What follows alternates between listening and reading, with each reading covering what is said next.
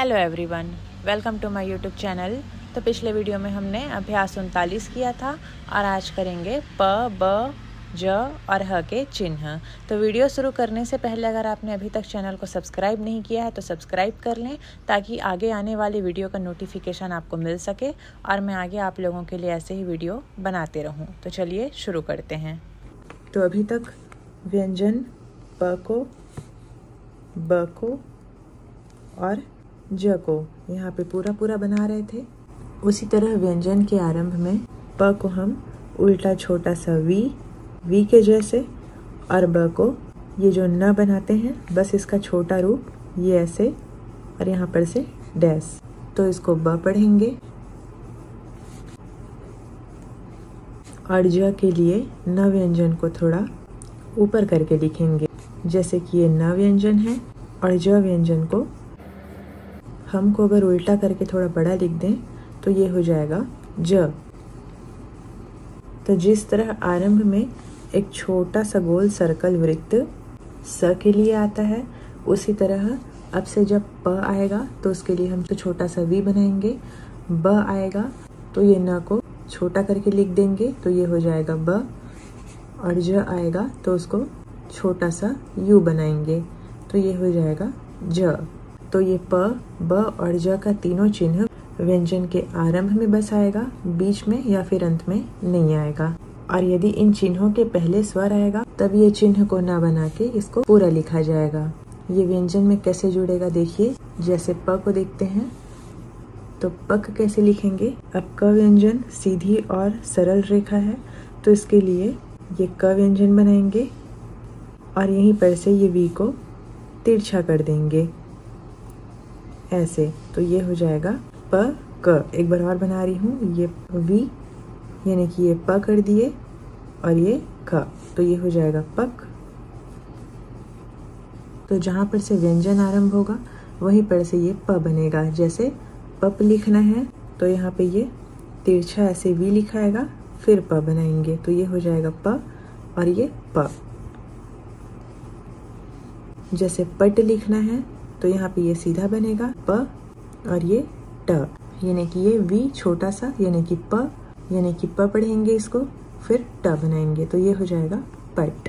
और पच लिखना है तो यहाँ पे च व्यंजन 60 अंश में बनता है ऊपर से नीचे आने की तरफ, तो ये प भी तिरछा ही बनेगा, ये वी यानी कि प और ये च, तो ये हो जाएगा पच। जैसे पद लिखना है, वक्र रेखा है तो यहाँ पे ये प ऐसे बनेगा तिरछा और ये त, या फिर दाएं तक के साथ में ये प और ये त। तो जहाँ पर से व्यंजन आरंभ होगा वहीं पर से ये चिन्ह बनेंगे। जैसे पम तो ये प और ये म। जैसे पन तो न के लिए यहाँ पे सीधा वी छोटा सा यानी कि सीधा प और ये न, तो न में ये ऐसे जुड़ेगा। अब देखिए ब कैसे जुड़ेगा। ये ब है तो ये भी जहाँ पर से व्यंजन आरंभ होगा उसी स्थान से जुड़ेगा। जैसे क व्यंजन में इसको तिरछा लिख देंगे यानी कि बाएं तरफ से लिखेंगे ये ब और ये इसी में क, तो ये हो जाएगा बक। जैसे बप लिखना है तो ये ब और इसी में प, ये हो जाएगा बप। जैसे बट लिखना है तो ये ब और ये ट, तो यहाँ पे ये सीधा बनेगा। जैसे बच लिखना है तो ये ब और ये च, तो ये हो जाएगा बच। ठीक उसी प्रकार वक्र व्यंजन में ये ब और यहीं पर से त और दाएं तक के साथ में ये ब और ये त, और म के साथ में ये ब और यहीं पर से ये म, और न के साथ में ये ब और ये न। अब देखिए ज को हम लिखते हैं तो हम ऐसे बनता है, और अगर ज आएगा तो ये हम को यहाँ पे उल्टा करके साइज में थोड़ा बड़ा कर देना है तो ये ज का चिन्ह हो जाएगा। जैसे जग तो ये भी जहाँ पर से किसी व्यंजन का रेखा आरंभ होगा वहीं पर से बनेगा, तो ये हो जाएगा ज और ये क। एक बार और बना रही हूँ, ये ज और ये क। जैसे जप तो ये ज और ये प। जैसे नप लिखना है तो ये न और ये प। तो यहाँ पे न की रेखा गोल और थोड़ी लंबी बन रही है, ठीक वहीं पे ज की रेखा इससे आधी और आधी सर्कल में बन रही है, ऊपर उठती हुई बन रही है। तो ये हो जाएगा जप। जैसे जट लिखना है, ये ज और ये ट। ठीक उसी प्रकार जच लिखना है तो ये ज और ये छ, तो ये हो जाएगा जच।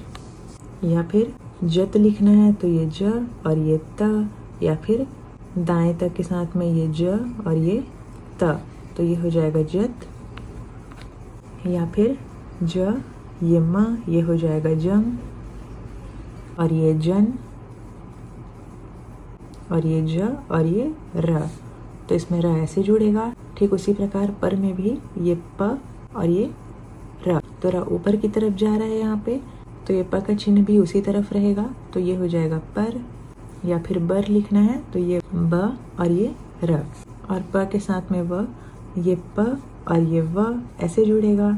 ठीक उसी प्रकार ब के साथ में ये ब और यहीं पर से व ऐसे जुड़ेगा, और ज के साथ में ये ज और ये व। जीवन और जीविका का जो शब्द चिन्ह देखे हैं, ये जीवन और ये जीविका, तब मैं बताई थी कि आगे चल के एक और ज बनेगा जीवन और जीविका के लिए छोटा सा, तो ये वही ज है।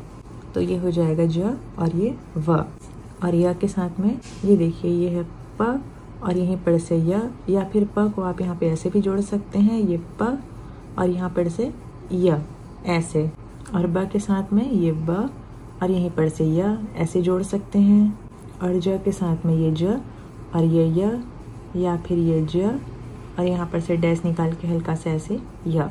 तो यहाँ पे ये दोनों प्रकार से बना सकते हैं, जो आपको सुविधा हो वो बना सकते हैं। तो जब भी ये प, ब और ज का चिन्ह आएगा, इसके बाद में दूसरे आंकड़े नहीं आएंगे। यदि किसी शब्द में ये प, ब, ज के अलावा दूसरे आंकड़े लिखना ज़्यादा सुविधाजनक हो, जिससे रेखा अच्छी बने, तो वहाँ पे ये चिन्ह ना बना के इसको पूरा लिखा जाएगा। अब देखिए ये जो प है ये ह में नहीं मिलेगा, क्योंकि इसका मतलब कुछ और हो जाएगा। इसी प्रकार ये ज है और ये ह है, तो इसमें भी ये नहीं बनेगा, ये स और र के वृत्त जैसा हो जा रहा है। तो यहाँ पे ऑलरेडी एक सर्कल है स का वृत्त, इसलिए यहाँ पे ये नहीं जुड़ेगा। फिर देखिए एक ये छोटा सा ह वृत्त बनाएंगे, तो आरंभ में ह लगाने के लिए उसके वर्णाक्षरों को यानी कि उनके शब्दों को छोटा भी बना सकते हैं। जैसे हरेक लिखना है तो ये छोटा सा ह बना देंगे, और ये र और ये क, यहाँ पे पूरा ह बनाने का जरूरत नहीं है। जैसे हस्ताक्षर तो ये ह, स्ता और ये शर, तो इसको थोड़ा और आगे समझेंगे।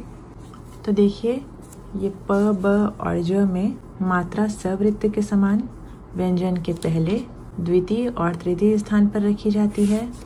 जैसे पाठक लिखना है तो यहाँ पे ये प बनाएंगे, ठ करेंगे और ये क करेंगे, क्योंकि प में स्वर है।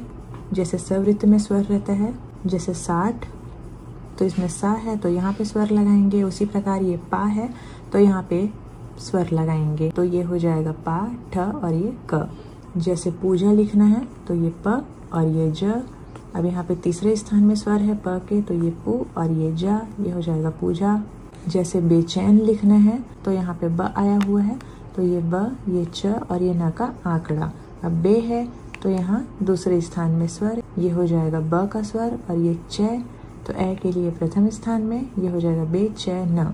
जैसे हाथी लिखना है तो यहाँ पे ये छोटे वाले ह का प्रयोग करेंगे, ये ह और ये थ, ये छोटा सा ह और ये थ, यहाँ पे थ को पूरा बनाएंगे तो ये हो जाएगा हाथी। लेकिन हाथ का हम शब्द चिन्ह पढ़ चुके हैं, और हाथी आएगा तो उसमें केवल ई जोड़ देंगे। आई वाले स्वर को इसके बाद में सीखेंगे द्विध्वनिक मात्राएं में, तो इसको छोड़िए, ये हो जाएगा हाथी।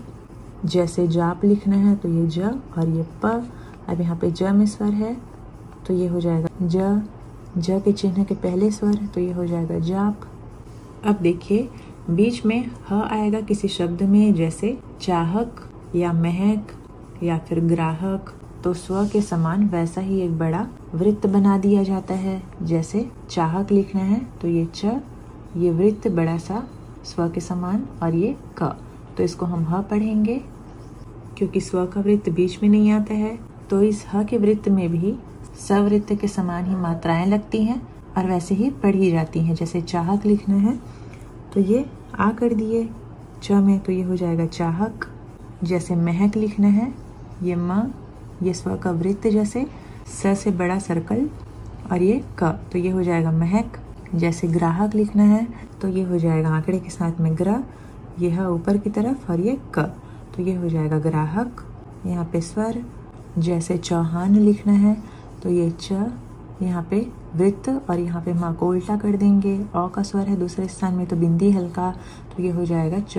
और यहाँ पे ह के स्वर के लिए यहाँ पे स्वर लगा सकते हैं, लेकिन यहाँ पे ऑलरेडी अ का स्वर लग गया है, तो यहाँ पे एक स्थान में स्वर लगाएंगे। जैसे चौहान है तो यहाँ पे अ का स्वर है तो केवल दूसरे स्थान से पढ़ सकते हैं, यहाँ पे आ का स्वर लगा सकते हैं, या फिर अगर अ का स्वर लगा रहे हैं तो यहाँ पे जगह न होने के कारण इधर भी स्वर लगा सकते हैं। कभी कभी किसी किसी शब्द में सुविधा अनुसार अपने समझने के लिए भी यहाँ पे स्वर लग सकता है, तो ये हो जाएगा चौहान। जैसे ताहम लिखना है तो ये त, ये वृत्त ह का, और ये इसी में म, ये हो जाएगा ताहम।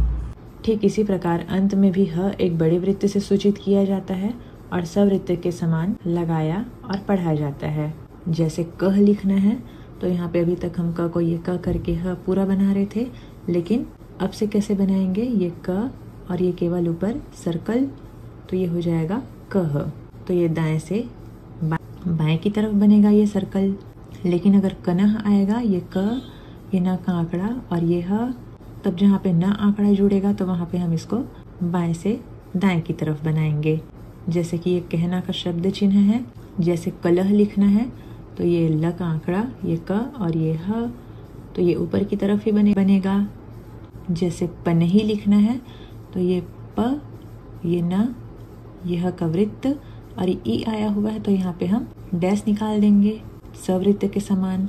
जैसे सी आता पंसी, तो ये पंसी ऐसे बनाते, ठीक उसी प्रकार ही आएगा, तब भी यहाँ पे ये वृत्त बना के डैश निकाल देंगे तो उससे ई की मात्रा पढ़ी जाएगी। लेकिन यदि ह के बाद में ई के अलावा कोई दूसरी मात्रा आ जाए तो इस बड़े वृत्त को न लगाकर ह को पूरा लिखेंगे। जैसे पन्हा लिखना है तो ये प, ये न और ये ह, यहाँ पे फिर ऐसे बनाएंगे। जैसे पौधह लिखना है तो ये प, ये द और ये ह। अ के लिए प के पहले स्वर लगाएंगे तो ये हो जाएगा प, ये द और ये ह का वृत्त। जैसे इम्तिहान लिखना है तो ये कटा हुआ म यानी कि न, ये हो जाएगा म, ये त, ये म, ये त, ये ह का वृत्त और ये न। तो यहाँ पे हम इम्तिहान को वैसे बनाएंगे क्योंकि यहाँ पे न का आंकड़ा आया हुआ है ह के बाद में, तो ये हो जाएगा इम्तिहान।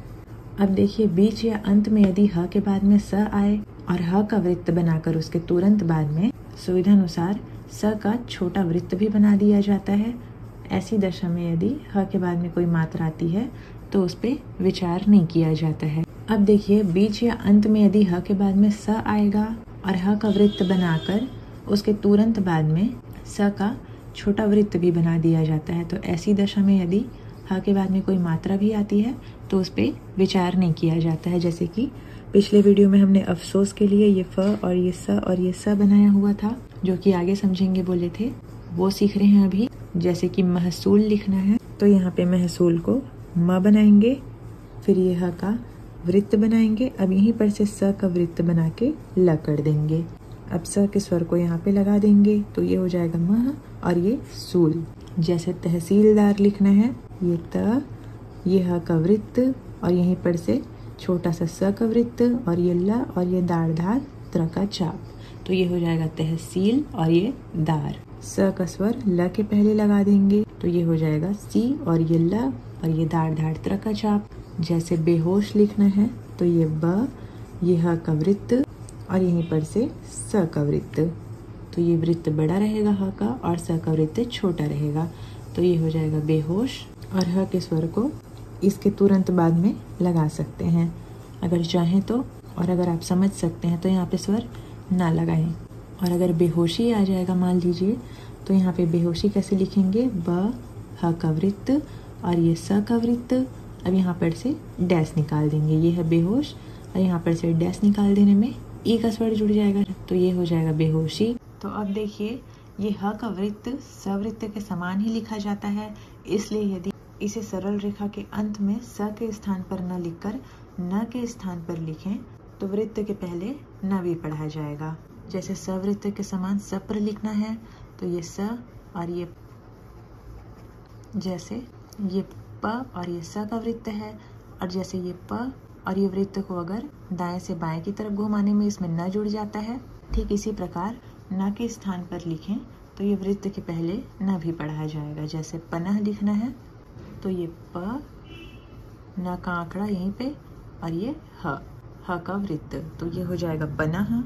जैसे कानह लिखना है तो ये क, न का आंकड़ा और ये ह, तो इसमें न जुड़ गया, तो ये हो जाएगा का न और ये ह। ठीक उसी प्रकार अगर टोनह लिखना है तो ये ट और ये न आंकड़ा के साथ में वृत्त, तो ये हो जाएगा टोनह। और अगर केवल टोह आता तो ये ट और ये ह ऐसे बनाते, तो यहाँ पे बाएं से दाएं की तरफ बनती है रेखा, लेकिन अगर न जोड़ना होगा तो उसको हमें न आंकड़े की तरफ बनाना होगा। तो ये था प, ब, ज और ह का चिन्ह। तो आज के लिए इतना ही। उम्मीद है आपको ये समझ में आ गया होगा। अगर नहीं आया होगा तो कमेंट करके पूछ सकते हैं, और वीडियो पसंद आया होगा तो लाइक कीजिएगा, चैनल को सब्सक्राइब कीजिएगा और शेयर कीजिएगा। Thanks for watching.